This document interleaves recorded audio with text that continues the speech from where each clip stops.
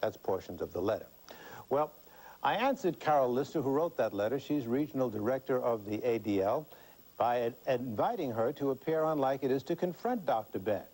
Well, the ADL has accepted, and so has Dr. Ben. We'll get things right underway in a moment. Professor Yosef ben Jochannan, or Dr. Ben as he is popularly known, is an Egyptologist, the author of innumerable books on African history and Egyptology, and has taught for several years at Cornell University. Rabbi Arthur Setzer is director of the Long Island Regional Office of the Anti-Defamation League and resides in Great Neck, Long Island. Welcome to Like It Is. Thank you. Maybe we can start with you, Rabbi Setzer.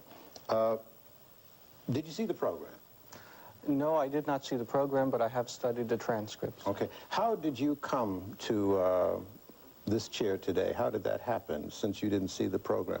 You were called by the New York office of the ADL and made aware of the program? Yes, Carol Lister, who originally wrote to you, very much wanted to appear, but because of a conflict of schedule, yes, she asked if I would assume the responsibility of responding in the name of ADL. All right. And that's what brings me here. And she sent you the transcript? Yes, indeed. All right. What are your problems with the comments that were made by Dr. Ben in the program? From the perspective of the ADL, we have numerous difficulties with the statements that were made, and I suspect we'll have an opportunity as the program goes on to discuss specifics.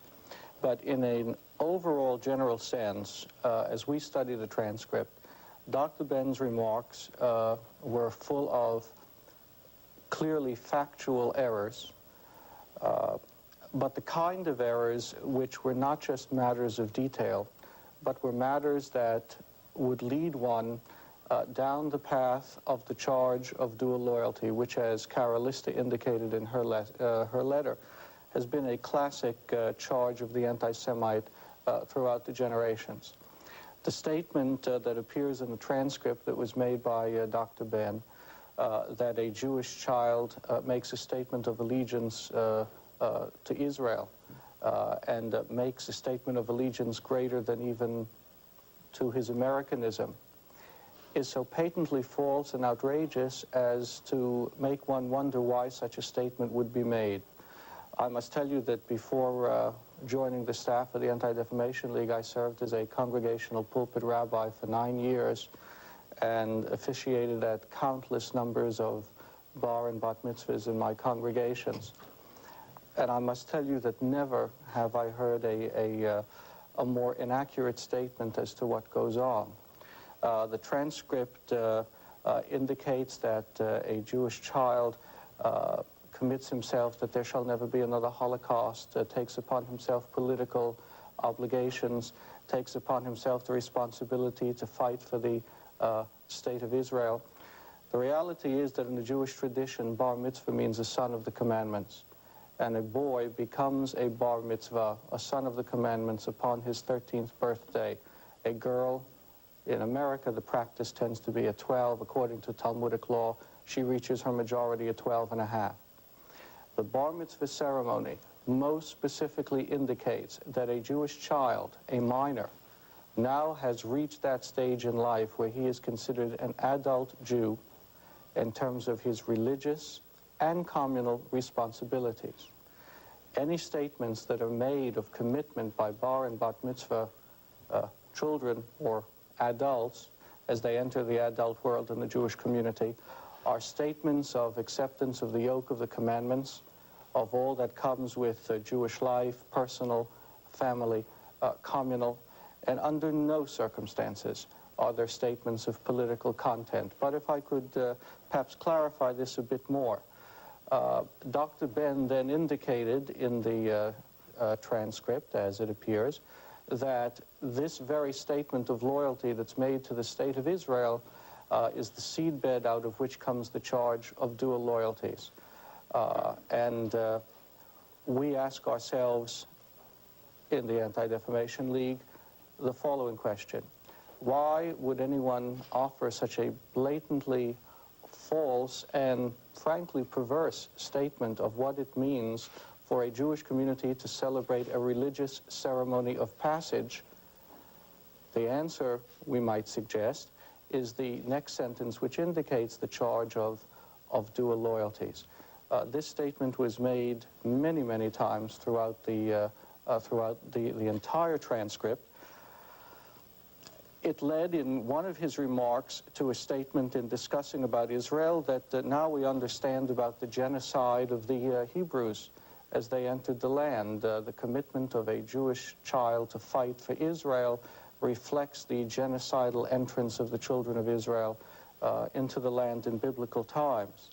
Not only does that have a distinctly political ring to it, it is again an unacceptable statement, if only from the point of view of biblical scholarship, which very clearly has come to understand that those sections that speak of a victorious march of an army of onslaught into the land are certainly later sections of the text edited as kind of national poetry. But if one reads the second book of Samuel in the Bible, one reads very clearly a different version of the immigration of tribes slowly into the land, the entrance into the land, the settlement with other peoples. And indeed, a close reading of the text will indicate that even during the times of King David and King Solomon and after, many non-Hebrews lived side by side with the Hebrews in the land. In effect, there was no such genocide. There was no such destruction. And to even raise the thought that a Jewish child indicates his loyalty to the Jewish people in the context of that historical statement, and it's applied in terms of the Jewish present, is something that, frankly, insulting is, I think, an apt word as far as we understand it. If I may just add one other part to this. The transcript would indicate that Dr. Ben, in his concern for the need in the black community for cultural and ideological structures and unity, which is obviously a laudable and praiseworthy goal, then proceeds to redefine Jewish history and biblical history in a way which may be conducive to his political view, but does violence to history.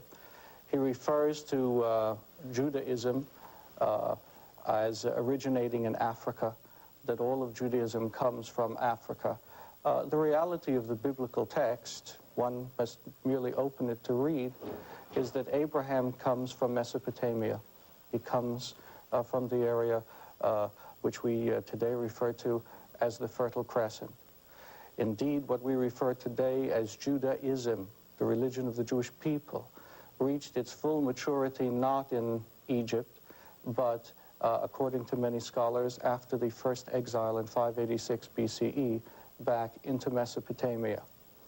The need to rewrite history of other people in order to create a cultural superstructure for oneself does neither justice to the one whose history is being rewritten, nor the one who pursues the worthy goal of cultural structures. And therefore, to tie it up, we find most disturbing the factual mistakes that are replete in this transcript, but of more compelling concern, the ultimate dual loyalty, genocidal, militaristic implications of the statement. Genocidal, you say? In the reference to the biblical genocide, so it appears in the transcript, that is the term that's used, of the children of Israel as they entered the land. I would certainly not subscribe to such a term. The very fact that it does appear attributed to Dr. Ben in the text, we find to be absolutely, again, insulting and unacceptable. Right. Dr. Ben, what is your response? By the way, I have to let the rabbi know I'm much as a Jew as he is. Born of a Jewish mother, a Yemenite grandmother, a Yemenite Puerto Rican mother, Ethiopian Hebrew father, Beta Israel, by the way, they call us Falasha for whatever their reasons. Thus, I am as much a Jew as the rabbi or the grand rabbi in Israel, any of the grand rabbis in Israel. Is the rabbi stating here that in the book of Genesis, there is no mention of the extermination, and I use the word genocide, of the 7 tribes of the Amalekites, the Hittites, the Moabites, the Jebusites? He in his own statement stated that this is ameliorated somewhat in the book of Samuel. Everybody saw that. But the book of Samuel doesn't change the book of Genesis. And we remember that Genesis wasn't written first. It was Exodus. It's at the Council of Jamia that they decided to write Genesis. Next. Since there is no Jewish race, you know, you have Indian Jews from India, from Kashim Jews, look like any Indian. You have ourselves from Ethiopia. By the way, the rabbi wouldn't forget that it says Moses married the daughter of the high priest of Ethiopia, or Cush. Being a rabbi, he will know this. Second, moreover, about the bar mitzvah, and I went through one like the rabbi went through one at around the same period of time, is the rabbi saying that the bar mitzvah is not a commitment to the people? Isn't the Torah demanding? And I don't talk about the Talmud. Talmud is not Torah. The Torah is supposed to have been written by God or passed down, although it was in fact written at the Sanhedrin. The theory, the mythology, the allegories that it's written by God or passed down by Moses, again, is a myth. That's Jewish mythology, because Moses is dead in around 1196 before the Christian era, whereas the Sanhedrin doesn't release a thing called the Torah until about 700 before the Christian era, which was written from 700 before the Christian era to 500. It took 200 years. There's a commitment in anybody, that any child that's been bar mitzvah, and when he's talking about circumcision of women, that is strictly Western, and it has nothing to do with orthodoxy. They're using the word orthodoxy to mean something. There have never been a circumcision. It can't be a circumcision of girls. But anyhow, let us continue. The point is that in the bar mitzvah, it commits the boy. Wait, if you commit yourself to the community, there's a call to return to Israel. There's a call that every child, I went through it, that you must come back to Israel. If that isn't a fact, the rabbi can say what he wants. His position of, or the ADL, position of fear of this, then let's look at the behavior. It's just like saying today, you know, one time the rabbi, I don't know personally, but the ADL and all the other Jewish organizations one time didn't even recognize that we exist as falashas. It is something in America. American Jews have decided that they're going to speak for all Jews. And not only for all Jews, you remember they said blacks and Jews. I'm black and Jewish. You're white and Jewish. You're European. You're of European Jewish ancestry. I'm African Jewish ancestry. No more claim to Israel than I have, because there's no Jewish race. Okay, let me continue. The rabbi he says that Abraham, he points to Judaism coming from Abraham. Then I said that the rabbi obviously have not read the 10 Commandments and their source. Moses is not until about 1346 before the Christian era, 49 years after the death of Amenhotep IV, otherwise known as Akhenaten. Every one of those 12 so-called commandments, and that Moses is supposed to have gotten at Mount Sinai. By the way, Mount Sinai is still in Egypt, in Africa, hasn't gone any place. Now, those 10 commandments weren't gotten by Moses. Because I'm Jewish, don't mean that I have to follow the mythology. When you go in any of the major tombs in Egypt, you find those 10 commandments plus 32 more, otherwise referred to as the negative confession. Am I to believe that Moses was born in Mizraim, Egypt, about 1346 before the Christian era, went to school there, become a priest, at age 85 or around there, decided that somebody mistreated his people, and that in every school in Egypt, you had to recite the negative confession, 42 laws, of which they said, I have not killed man or woman, I have not stolen this, I have not. Every one of the so-called 10 commandments is already stated that Moses didn't see it. I would like the rabbi to tell me, where does it show that Abraham taught any of this? I would like the rabbi to tell me, before circumcision in Egypt, where did the Jews have circumcision? They said that Abraham's circumcision is part of what made him Jewish. Then the rabbi must tell me, the worship of the golden calf, which they call the golden calf, is not the worship of Hathor, the goddess Hathor? We could go on down. Well, before we go on, Dr. Ben, let me just intrude. We do need to take a commercial break. We'll pause for breath, and we'll return right after this. Criticisms, Dr. Ben, that was voiced by Rabbi Setzer, is that you suggested that there is a political overtone in the ritual bar mitzvah, and he objects to this. Can you substantiate your statement? Gil, if you went to any bar mitzvah, there's a lecture after the young man and before the young man. There's a lecture of the young man's commitment. It is a lecture in my commitment. Every child, if the rabbi is sitting here and tell me that the rabbi doesn't get up and get a lecture about the bar mitzvah, and the youngster doesn't pick out a section of the Torah to read, and that the youngster doesn't get up there and make a commitment to the Jewish community, then I don't know what form of Judaism. I don't know if he's Reform, Reconstructionist, Conservative, or Orthodox, or whatever else there may be. But it will be rare to me not to go to a bar mitzvah and not hear the rabbi mentioning the commitment to the Jewish people and to Israel. If, in fact, that rabbi is, unless the rabbi is anti-Israel. Yes, I think there are a number of things that must be made clear, and the level of misstatements in this are also quite clear.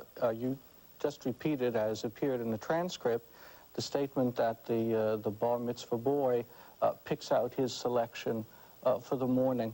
But it's rather common knowledge and Jewish practice of centuries that there is a set cycle of the reading of the Torah and the Haftorah, and bar mitzvah children under no circumstances are in a position to pick and choose their Torah portions.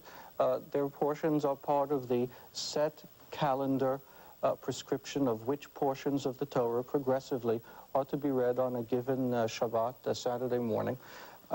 So that even on this factual level, there's a disturbing lack of accuracy in your presentation. Wait, now, European Jews don't run Judaism. You don't make Judaism. Among the Palashas, among the Jews from Kashim Jews, we pick. You see, Judaism is run by you. You don't set the standard for Judaism. So now we're in the process of a double standard of selection. You have indicated in your transcript that this is what occurs in American synagogues. It does too. By indicating that Jewish children make this statement of loyalty to Israel. Yet when I clarify your misstatement about how Torah readings are selected, you tell me, well, there are other practices aside from the practice here, which may indeed be true, one example being the triennial cycle of the reading of the Torah. But then you can't take the American example and then selectively learn from it something that you choose from another context. The Jewish child doesn't read the entire sermon of the period. He does select a section within that period. That's all I said. The child doesn't read the entire book or the entire thing that is going to be said on that particular Shabbat. The child has a section within it he reads. And there are indeed many synagogues, especially in the Orthodox community, in which the entire section is indeed the entire parsha. So then you're admitting that there is divergence between the Jewish synagogue right here in America. Within the prescripted calendar structure of readings. All I said is that the child is allowed to pick out. You're saying in the Orthodox, in certain Orthodox, not all, the child must read the entire thing. I'm saying that the child is allowed to pick out a section. What is wrong with that? According to your transcript, and I won't take the time to find the exact words unless it's required, you make a statement that the child may pick out sections and you use the term Isaiah or from whatever. Depending on the period of time in which we are. Depending if Isaiah is indeed part of the text. Who said not? I mean, you just word in other words, I said exactly what you're saying, that the child is allowed to pick out that section. Let's say that we're reading the book of Isaiah now. We're reading the book of Hosea. The child is allowed to pick out Isaiah a certain section. Or the child is allowed in Hosea if we are reading at that particular time. Because all the children don't make bar mitzvah in the same month and at the same time. One should be clear, however, that that's partially accurate, because part liturgically of what a child is expected to read or participate in, if possible, is the reading from the Torah itself. Indeed, the reading from the Haftorah is a significantly later development, precisely because if a child is a bar mitzvah, is a son of the commandments, then one of his first public possible acts is being called up to the public reading of the Torah. Right. And it's by this act that his reaching adulthood is publicly declared. If I may, however, go on to what I think. Wait, let's settle this before we move on, and then I'll be happy to let you... because there were some other points that I think we're going to try to get into all of mentioned. that. Your response, Dr. Ben. The point is, everyone, I stated, is adulthood. The question is not when does he do this. if he's a man or a child, because assume, I already stated, the Torah would be similar in essence to the confirmation of the Christians. When the child comes of a certain age and take up his manhood, in order to be able to sit in the minyan, to sit in the official congregation as a young man, he has to come and go for the bar mitzvah before he could sit in the minyan. You know. Okay. Now, he doesn't deny that. All I'm saying, and which he can't refute, he's saying about later changes. I don't care what the changes, if it's later or earlier. The fact is that they do it.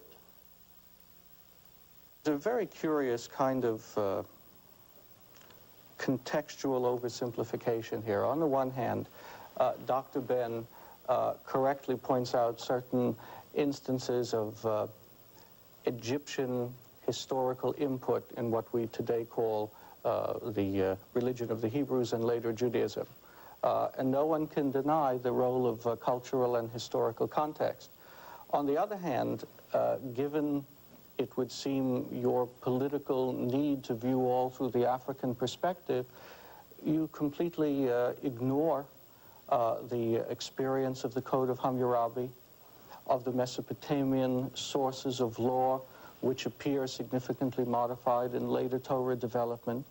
What I'm suggesting is that, on the one hand, it is a strange scholarly position to argue that historical context must be accounted for in the development of Judaism, which I would accept, and then argue, however, that only that political context which is useful to your present political view is to be noted and is acceptable. As I read the transcript, as I read the transcript here, there is a comment here that says, and permit me to paraphrase loosely, that Judaism and all of Judaism and the Jewish people come from Egypt, therefore they are African, and therefore there is a statement later on that many blacks do not understand that they are indeed Jews. Now that raises to us a very curious question: why the constant need to inject a racial quota into a diverse historical context, which we would acknowledge, but yet on the other hand, as we sit here having watched Operation Moses and the ingathering of Ethiopian Jews into Israel, why then the need to define by race as what is essentially authentic in Judaism strikes us as a contradiction that at least can possibly be interpreted in terms of current political context, but certainly not by history. All right. All right. Dr. Ben? I'm glad that you brought that last point, so I work from the last forward or backwards. Isn't it strange that just yesterday that the Jews in America found out that they are black Jews? Isn't it strange also that you don't consider us Jews, because when we go to Israel, you're still demanding that we must, quote unquote, reconvert. Who said we converted in the first place? Who said, what right have European Jews, who don't belong there either, have a right to tell us and to carry us through a shameful... I'm sorry, European Jews who what? No, who don't have a... any more than we do. Okay. Because the Russian Jews come there, many of them not circumcised, many of them never have a bar mitzvah, and we had to go, nobody asked them to reconvert. We had to go there, and a farce called circumcision, and the, you know, I wanted to use the Hebrew word, but at the moment. And we're supposed to go through all that. Next thing, Rabbi, how come my uncle, Tamarat Emanuel, came here in 1935 to raise money when Italy invaded Ethiopia? We were 5 million. When we left, we were 50,000. The Jewish community in America refused, denied that we existed. Up to now in Israel, you have 2 Grand Rabbi at least, the Sephardic Grand Rabbi and the Ashkenazi Grand Rabbi, the European Grand Rabbi, that refused to recognize that we're even Jews. Only the Sephardic Grand Rabbi started with Obadiah Yosef when he was the chief rabbi. Now let's go back. So that it's a farce about Israel telling us to come there for whatever the reason. In that, Israel to this day, from 1947, have in the Knesset a petition for the acceptance of Jews from Ethiopia, the right to return. To this day, it has not been approved. It has still been tabled every year. Now, so that you try to show the liberality of white American Jews when it doesn't exist. It doesn't exist at all. Because if you're saying that you're bringing us back, then we should go back as Jews, not as something that you're going to make us over there. Who gives you the authority to say who is a Jew and who isn't a Jew? You talk about my desire for the political aristocracy, my political sense. Well, it was obvious that no one questions European Jews. Am I to believe that European Jews don't have a white politics here? When blacks move into a Jewish neighborhood, white Jewish neighborhood, doesn't the white Jew move like the white Christian? I mean, doesn't the white Jew have white flight to the suburb? Now, so as a Jew, are you saying that I should behave as a Jew, period, in the United States, that means white Jew, in the United States, and run from the blacks? When I come here, my acceptance in Judaism isn't the same as when you come.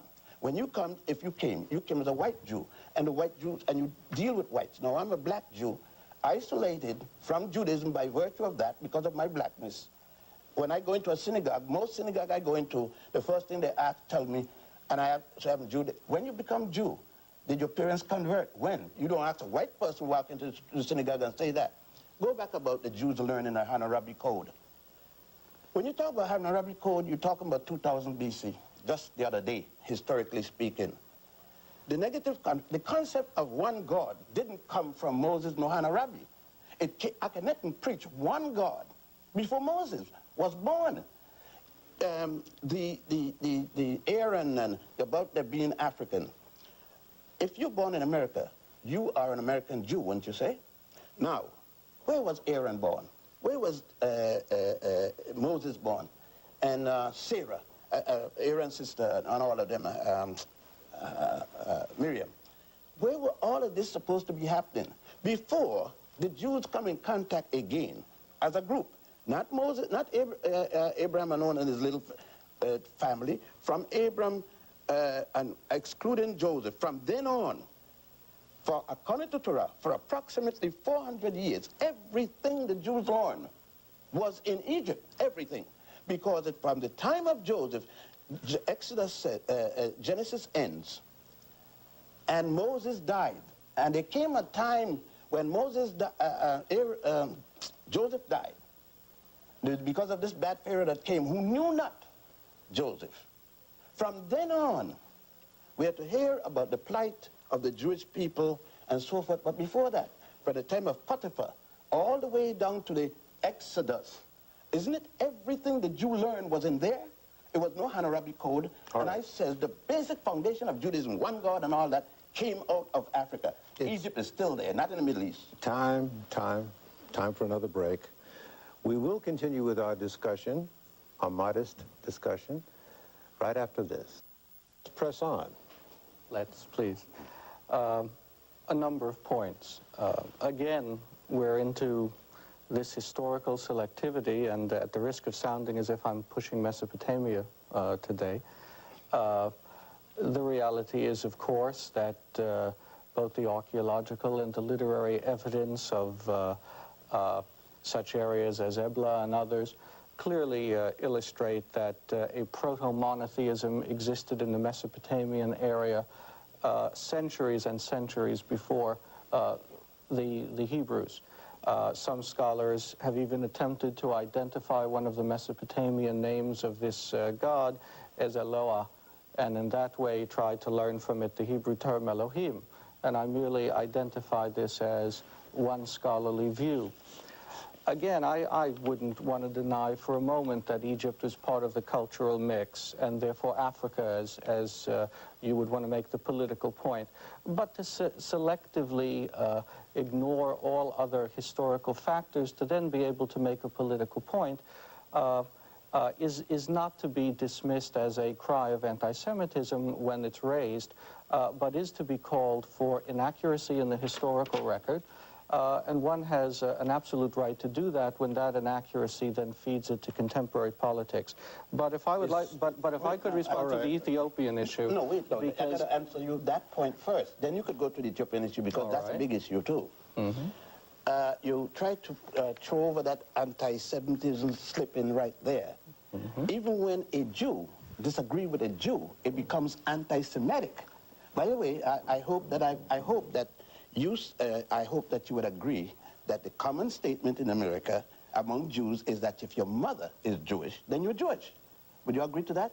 According to Jewish law, such Okay. is indeed And the if you practice. make it better, if your father is Jewish and your mother Jewish, then you're No, ultra-Jewish. excuse me, one's father has nothing to do with the status of I Jewish added law. that for extra measure. Right, but that has no I didn't say it functional does. reality in terms of I Jewish didn't law say and it does. status. Don't be picayune. I mean, we're dealing with the issue. I said, well, okay, my mother is, and so that makes me yes. That agree makes on me. that. Yes, and Okay, fine. So then to call me anti-Semitic as a Jew practicing, went through all the rituals like the lady who probably did on yourself, then it would mean that I strongly disagree with the teachings that what you just stated, for example. Then I said to you, using the Torah itself, on the statement of the Torah that Abraham came from the city of Ur in the nation of Chaldea, which was at the time, since we're using by history, ruled by Africans, a joint army that went all the way to India. Now you said scholars. There's only one scholar that made that remark that I know of, and that's the one from the Stern Institute over there in Lexington Avenue. Now, secondly, there may be continuation of those scholars coming out of European context. What you fail to understand, Rabbi, is that European Jews are Europeans and think as Europeans and act as Europeans.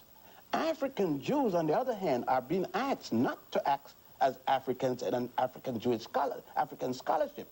And thus you're telling me with the scholars. Now let me go. All right, are you finished No. addressing his No, the point? last part You of his got point. more? All right. Last part of his point. The period of time in which we're speaking, and unfortunately Torah doesn't give dates, but the period of time in which we're talking about Avram or Abraham isn't born until around 1775 BCE, before the Christian era.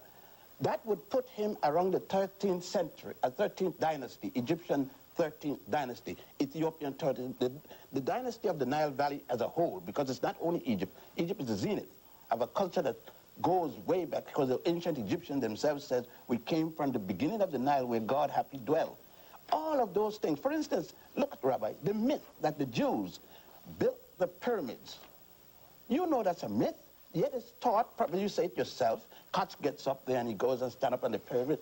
Begin gets it up there. And you know pretty well that the last pyramid was built before the birth of the first Jew, Abraham. Now, if I say that, I'll be anti-Semitic. All right. In the interest of fairness, Dr. Ben, let's hear what Rabbi Setzer has to say. What's disturbing is simply the level of misunderstanding of what we're saying is that the scholarly view that I identified and which you then identified as a Stern College view. Stern College is part of Yeshiva University, right, an Orthodox institution. My background is in the Reform movement.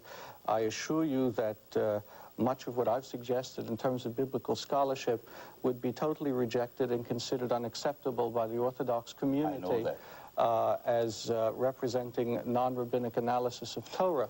Therefore, to dismiss my remarks as being represented by Stern College raises the question of what kind of comprehension we have here of scholarship and indeed the pluralism within the Jewish community. And that leads me to the point I want to make. Good point.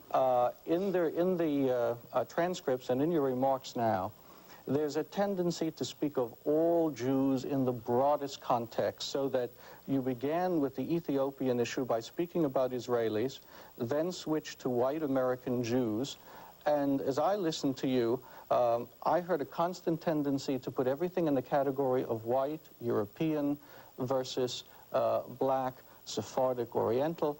And again, I ask myself... That's the way it is. And again, I ask myself the question, the state of Israel, which has a population today which is 60% Sephardic, right, non-European... Who are at the bottom of the social ladder. Excuse, please, I listen to you. Which a population which is 60% non-European, a population coming from the Middle East and the Oriental countries, it is certainly a political charge, which we hear constantly and is used constantly, that Israel is a white European colonialist bastion in the middle of an Arab third world part of the world. But the reality is that Israel today increasingly takes on the Levantine quality of the area in which it's in, precisely because of the population. side point, but let me But proceed. Robert, you can't say it's a side point and don't want me to answer let it. me And then, proceed, no, let me answer please. that and then you No, proceed. sir, I've no, wait, now you don't run the program. I've listened to you. I shall Can I proceed, answer please. him? No. All right, At this point, no. let me I must interject. absolutely Let me object. interject. Let me interject. Let me give you 1 minute to press your point forward, and then Dr. Ben can... I must say that the time is evaporating. Fine. And that is my concern. So then it's necessary to proceed. 1 minute. Well, I shall try in 1 minute. Again, this attempt to say that only black Jews experience difficulty in Israel. There are a number of, frankly, inaccuracies in this. When Soviet Jews began to come to Israel, there was precisely the same kind of questioning raised by the rabbinate. Since the rabbinic establishment and authorities were in disarray in the Soviet Union, were indeed these people who were coming Jews under Orthodox law. It caused political problems. Ultimately, it was worked out as the issue with the Ethiopians is a problem, will be worked out. To characterize this on a racial basis is totally unworthy of what is indeed going on today in Israel. Dr. Ben? He speaks of the multiracial characteristic of Israel, but he didn't say that the multiracial characteristic isn't visible in the control in Israel. Israel is controlled by a European American, and British factor of white Judaism. He doesn't want me to deal with this reality. I've been there umpteen times. Is that I've true, seen it Rabbi for myself. Setzer? I would give you two quick answers to that. That historically, yes, because of the nature of the earlier immigration. Present day. At this point in time, given the past election results in which Likud, which was heavily representative of the Sephardic community, and Labor, which has its base in the European community, ended up in essential parity. The reality is that power is increasingly shifting from total European control to indeed what is considered a parity between the two communities. Well, it would seem to be a simple question, Rabbi Setzer. Do Jews who are European or white control Israel, or do Jews who are African control Israel? No, it's not that simple, because It we're isn't. dealing with, no, not at all, because we're dealing with a question of process.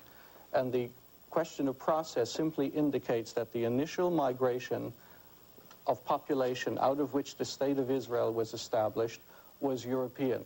The governmental structures were created by these people. Immediately after the creation of the state, over 500,000 Sephardic Jews from the Middle East, from North Africa, were brought into the state while it was involved in a fight for independence. These people took the obvious number of years to be able to function effectively on all levels of government, in all levels of Israeli society. Time is a necessary factor in life, but as of this point today, one can say without any hesitation that the non-European Sephardic community wields tremendous power in the state of Israel today. Who is the dominant power? And is who is a dominant power? Again, I would indicate that by the last election, in which both Likud and Labor ended up in what is essentially a dead heat, one can learn from this that there is no one group in power anymore. Dr. Ben? The rabbi is saying to me that if I went to Israel or you went to Israel, that most of the people in government, the ambassadors traveling all over, are not European American and British Jews. Am I to believe that that's what he's saying, that there's an equal division of power? I can't think that the rabbi will stay there and say this and give this kind of a evasive answer to the question. The European and European American and British Jews still dominate the politics of Israel, still dominate the economy of Israel. And is he saying to me that these people are now welcome? My point to him is, regardless of what rabbis may have said, did they demand that the Jews from Russia go through a new halakha? Do they reconversion? Do they demand a brisk, a brisk circumcision? Such were the demands, such were exactly the demands. Was it carried through? And just as, and the parallel is a very important one, just as politically the intent of the Orthodox, let me finish please, just as politically the intent of the Orthodox rabbinic establishment could not be considered acceptable, and these demands were ultimately dropped with Soviet Jews, so one finds that as the Ethiopian Jewish community grows, the rabbinate itself has been forced to back down, and I think it is a very clear statement that most Israeli opinion would accept. We're out of time for this segment. That is not true, because up to now... Wait a minute now. I got a cut for a commercial break. All right. I know you're hot, both hot. It's a hot program. Hey, this is the last segment you can't run over, and I'm going to chop you if you do. We can't resolve your philosophical, your political, your historical, your ideological differences clearly this hour. But maybe we can address ourselves to tone and intent. Obviously, the letter that was written by the ADL objects to the tone and suggests that there may be some premeditated, sinister, injurious intent to Dr. Ben's remark for political reasons. And perhaps you can clarify that, and perhaps Dr. Ben can rebut and answer, and maybe perhaps we can clarify and heal this rift. As we read the transcript and as we discussed today, we see much in your remarks that is reflected in third world political statements in the UN, in other forums. The fact that you are indeed Jewish in no way changes the content of these remarks and the political context in which we see them. From our point of view, as Ethiopians were starving and are starving, Israel was the only country that offered the kind of aid to physically bring black Ethiopians out. And indeed, it's the only example of a nation of Caucasians, to use the term that appears frequently here, of bringing in whites, bringing blacks in dignity as citizens. To begin to turn it around says to us, we begin to hear the same kind of third world, radical, political kind of rhetoric, which is directed towards the United Nations, towards Israel and the United Nations, which we hear in so many other forums.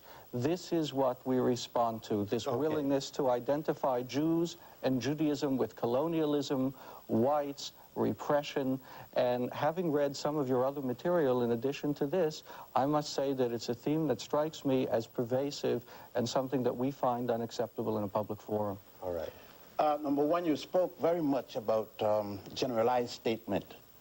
You just said that the Ethiopians are starving and you're bringing out. Isn't it a fact that you're talking about only, Ethiopia has about 40 million people. You're talking about 5 miles from the border with Sudan in south, where the starvation situation developed. Isn't it also a fact that the Palestinians, the Ethiopians will better Israel? Our people were not particularly at that spot. Isn't it a fact that the same United Nations you call on found that many of our community was ready to bring people out?